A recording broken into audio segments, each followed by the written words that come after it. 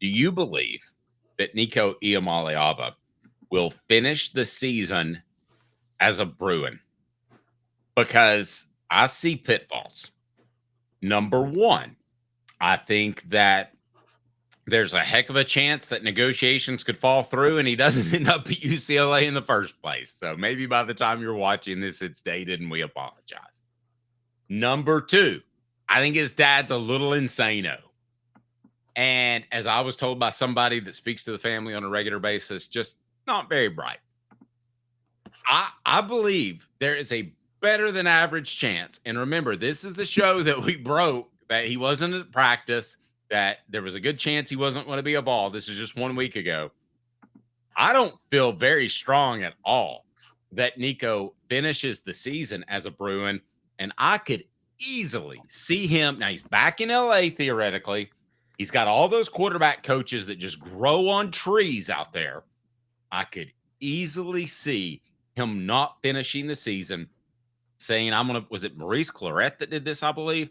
Maurice Clarett ended his season early and decided just to get ready for the NFL. Maybe it was somebody else. I'm mistaken. I would not be stunned at all. And I don't think it's the worst move in the world for Nico just to say, to heck with college. I am moving on to the NFL, and I'm going to use whatever time I have to get ready until I'm able to enter, which would be 3 years after his high school graduating class, which would be the 2026 draft. Chances it happens, and what do you think of the notion?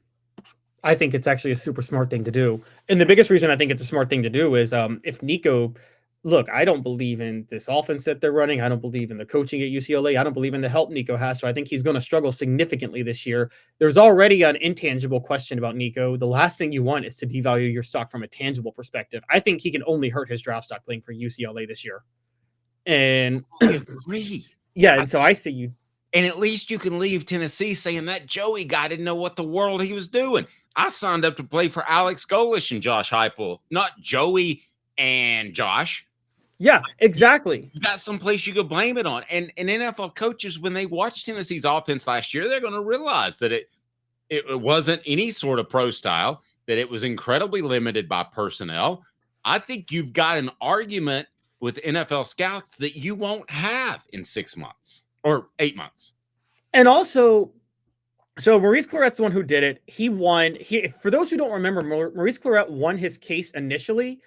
And because he won his case, Mike Williams of USC left for the NFL draft. Remember Mike Williams, Dave? And after Mike Williams left, then a judge overturned Maurice Clarett's case, and the NCAA, in their ever-loving stupidity, didn't let Mike Williams come back to college, which was like absolutely pathetic. But they did the same thing to Dante Stallworth for a They did, but Stallworth didn't make a decision under the impression that, you know what I mean? He made a decision and changed his mind. Mike Williams made a decision based on what legally was allowed at the time. Mike Williams missed a year.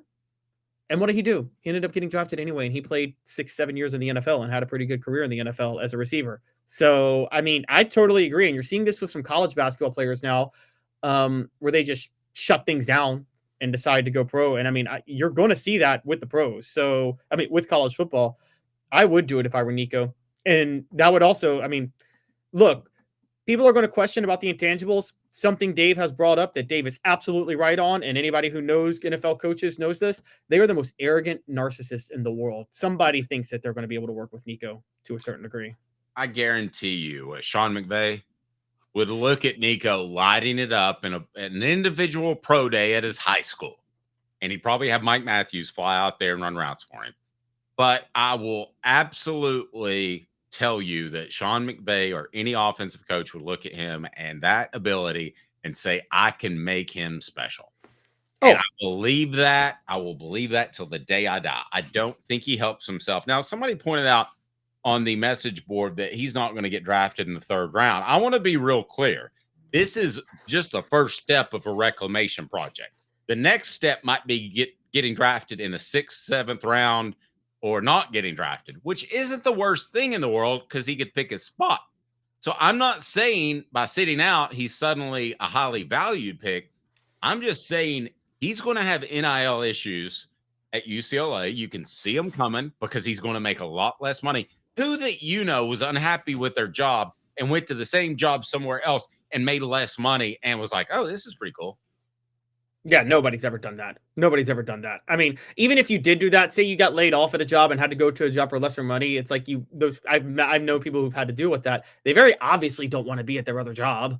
You know what I mean? And so I totally get what you're saying. And Nico Iamaleava is not going to be happy at UCLA. And look, I mean, the only thing he could possibly do is hurt his draft stock so much that only the Titans would be dumb enough to take them because the Titans have a stupid owner in Amy Adams Strunk. I'm sorry, I just got to get that shot in real quick. But and David makes his point. Says he won't make as much as he would in college. Well, let me go ahead and tell you something. If you're working a job just for the paycheck and there's nothing rewarding about it other than the check, which the government takes 40% of, then you're not going to do very well. And I agree with Caleb. If it's listen, he's not going to do well at UCLA. And if it's all about the money, then that's just another problem stacked on his huge mountain of problems. I totally agree. I totally agree. So putting that, and also we don't even know if that's true. If he plays this year, he could devalue his draft stock so much that he might actually make less money than he otherwise would have sitting out the year and then maybe getting lucky to be a first-round draft pick. I'm just going to be honest with you guys. Because let's put this out there, Dave. NFL coaches are still in love with the combine and the physical tools. Whatever you think about Nico Iamaleava, he's going to blow coaches away with his workouts next year, isn't he? When he shows what he can do throwing the ball. Here's another factor. It's a lot easier to put on weight when you're not playing football.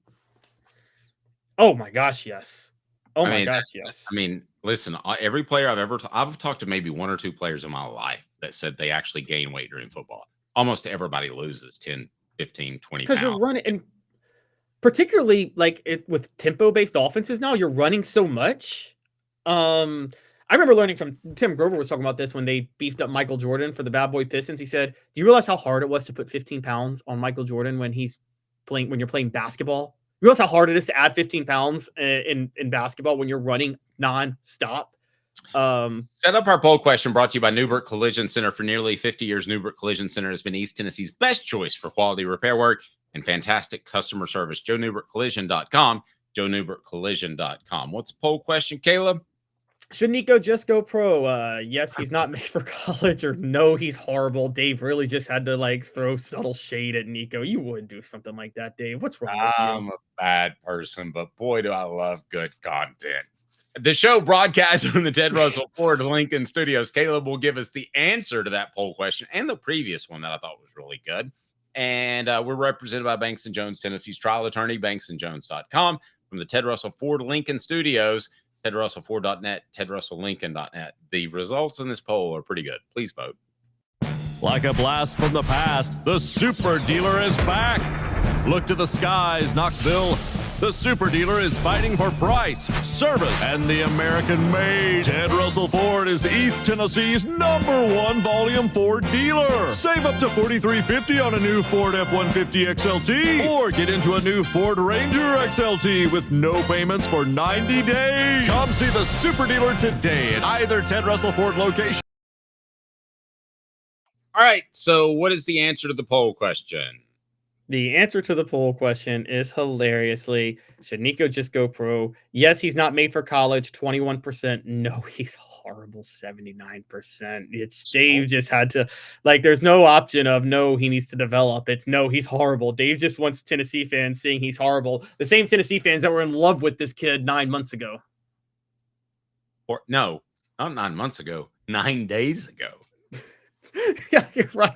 I mean, why are you going 9 months? This is so, I'm sorry, but if for the Tennessee fans, every bit the Lane thing all up for you. I don't think you were around for the Lane thing. This is every bit the same thing. I went to the Old City on Sunday morning and there was a burnt Nico jersey laying on the sidewalk. I mean, okay. What about this? Maybe the Nico. Does this rival when LeBron bolted Cleveland? It doesn't rival that, does it? In 2010, Tennessee fans, it sure as heck does. I don't think it does. I think Tennessee fans are still excited about their future this year. They don't think Cleveland knew that their team was done when LeBron left in 2010.